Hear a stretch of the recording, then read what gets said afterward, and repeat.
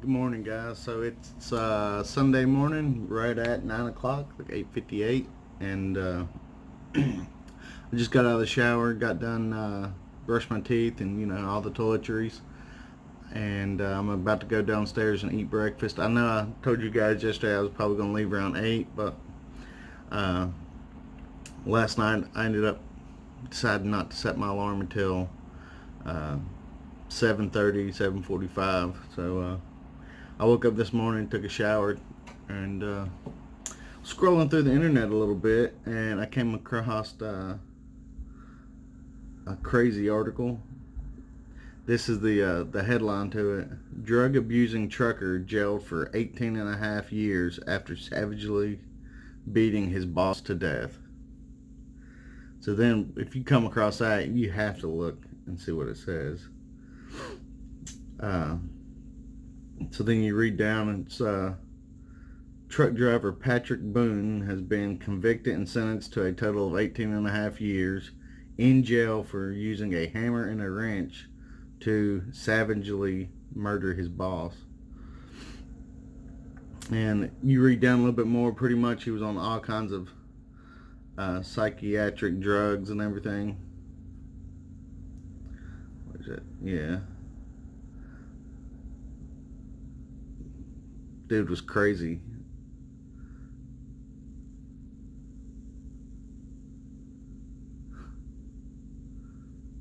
Boone told police, once I got started, I thought, fuck it. I didn't think it would escalate that much. Guys, there's some crazy people. But this did happen in Australia. Let's see what town it was in.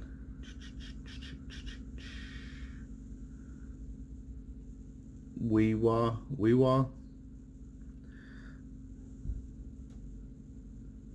in the state of New South Wales, Australia.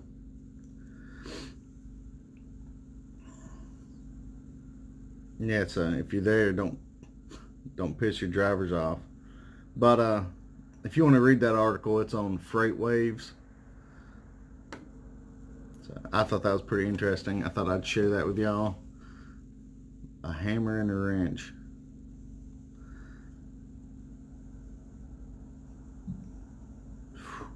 But yeah, so I haven't did anything yet, like I said, other than the shower, and I packed up all my stuff, so I got my 3 bags laying right here.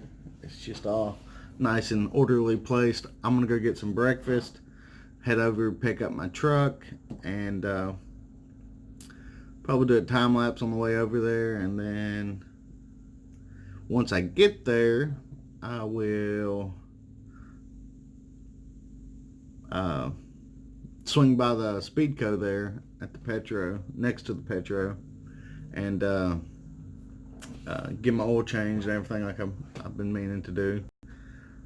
And I'll talk to you guys later.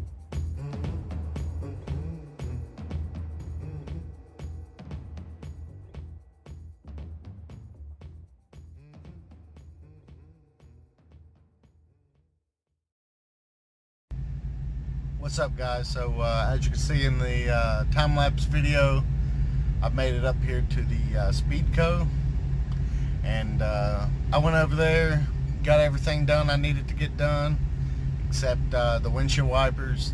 I was going to get a new set, but they didn't have any my size. I didn't have any 22s in the Rain-X or the other brand. I don't think they had any left. So I told them just forget about it, and I'll just wait and come over here to the Petro, which is where I'm at now. I actually almost forgot to end the video. I made over here to the Petro after I got done with the Speedco, and ate, and then came outside, laid down in bed, and Facebook messaged my girlfriend, and then yeah, I almost forgot all about the ending to this video. So, and then yeah, so I looked around the truck stop, the Petro, and they don't have any windshield wipers here, which I wouldn't have thought that. I guess I've never looked for them before in here, but they've got all kinds of stuff and no windshield wipers. So these are good enough for now. I'll pick up another set somewhere else, somewhere later. But I do have the receipt here from the Speedco, which I can go over that with you guys if y'all was wondering how much oil change and everything costs. The total price was $447.20, and I had change the oil, which when they change the oil and oil filters, they change the fuel filter and everything also. So I got that done.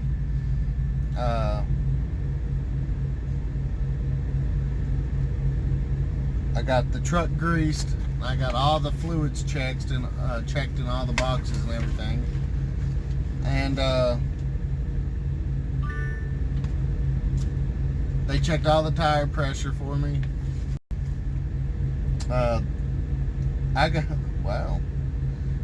I got a brand new air filter and a brand new cab filter. That's a really good price. I think yeah, that's a pretty good price for all that. So yeah, $447 for pretty much everything I needed. Also, before I left out this morning, I was over at my shop hooking up to the trailer, and I noticed I had a nail in my tire. Well, I thought it was a nail. It looked like just a little tiny steel rod about that big compared to my finger. But yeah, so I couldn't get it out with my needle nose pliers or anything. I could like pop it up a little bit, but I couldn't grab it good enough. I figured if I had vice grips or something, which I need to, it's a good thing I ran into this situation, because I did need to buy some vice grips for my truck, and that was a good reminder to do so. But they were able to get it out. They took the whole tire off, or the whole wheel off, rather, and because they figured they might need to plug it or patch it, but they pulled it out. They wet the area with the soap and everything to see if it bubbled up, like soapy water. You know, if you put that on it, then it'll bubble up if it's leaking air. I think they did that to it, and they checked the tire pressure. They filled it up and left it at that, and none went down or anything. So that's definitely good. And they didn't even charge me for that. They said since they didn't have to patch it or plug it, then they really can't charge me for a tire patch price or anything like that. Which I don't know if y'all do business with them, but they're always super fast. I mean, it did take a little bit longer today, but they were kind of busy, and I had them doing a lot of different stuff, and I was still done in less than an hour and a half, 2 hours. And just things like that. They'll take the tire off to check to make sure it's not leaking or anything, and then not even charge you for it. And then my mechanic back home, he put too much oil in it last time, and they actually emptied some out for me and didn't charge me anything. So it's definitely a place I'd recommend, which is it's off the 272 on I-90 next to the Petro. It's the Speedco, and yeah, I like them. They're one of my favorite shops to go to, and I'll keep going back to them just because of how they treat the customers and everything. I've been to a couple different shops, and you know, I never get that kind of treatment. So when you find a shop like that and you're near them, you should use them. Yes, other than that, I'm just sitting here. I just finished up one video, and it should be getting posted pretty soon. And then this video, well, I'm gonna go ahead and work on it. Since I did use the GoPro today, I don't want it to get out of hand like it was last week when I was telling you guys I was running out of memory and everything. So I don't want to get it too far out of hand. I'm gonna go ahead and make that video now and go ahead and delete all the files off my phone so I don't have too much memory used up. And I think my first stop, I was going to say first shop, my first stop opens up at 8 a.m.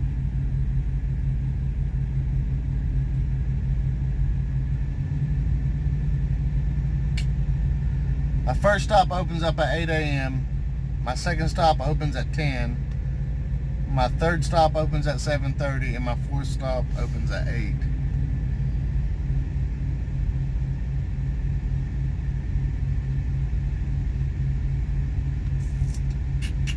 I might change the order though. I gotta make sure I don't have an appointment time for the warehouse load. There's one of my stops is going to a warehouse, and usually there's got to be an appointment time. I think I've got like 147 pieces there, so I got to make sure that's not any certain time. But other than that, that one piece that opens up at 10, it's only one piece, so I might slide it to the side and get the second and third stop, or the third and fourth stop off, and then go back to the second one later, since they'll be open way earlier. But obviously we'll just have to see about that appointment time or whatever. But my first stop opens at 8, so I'm gonna set my alarm for about 6:30, and so I'm not too rushed in the morning. I can drink some coffee, wake up, and head on over there. I'm probably 10 miles away from the first stop, and then the rest are in Spokane Valley, which is just a few more miles past Spokane. So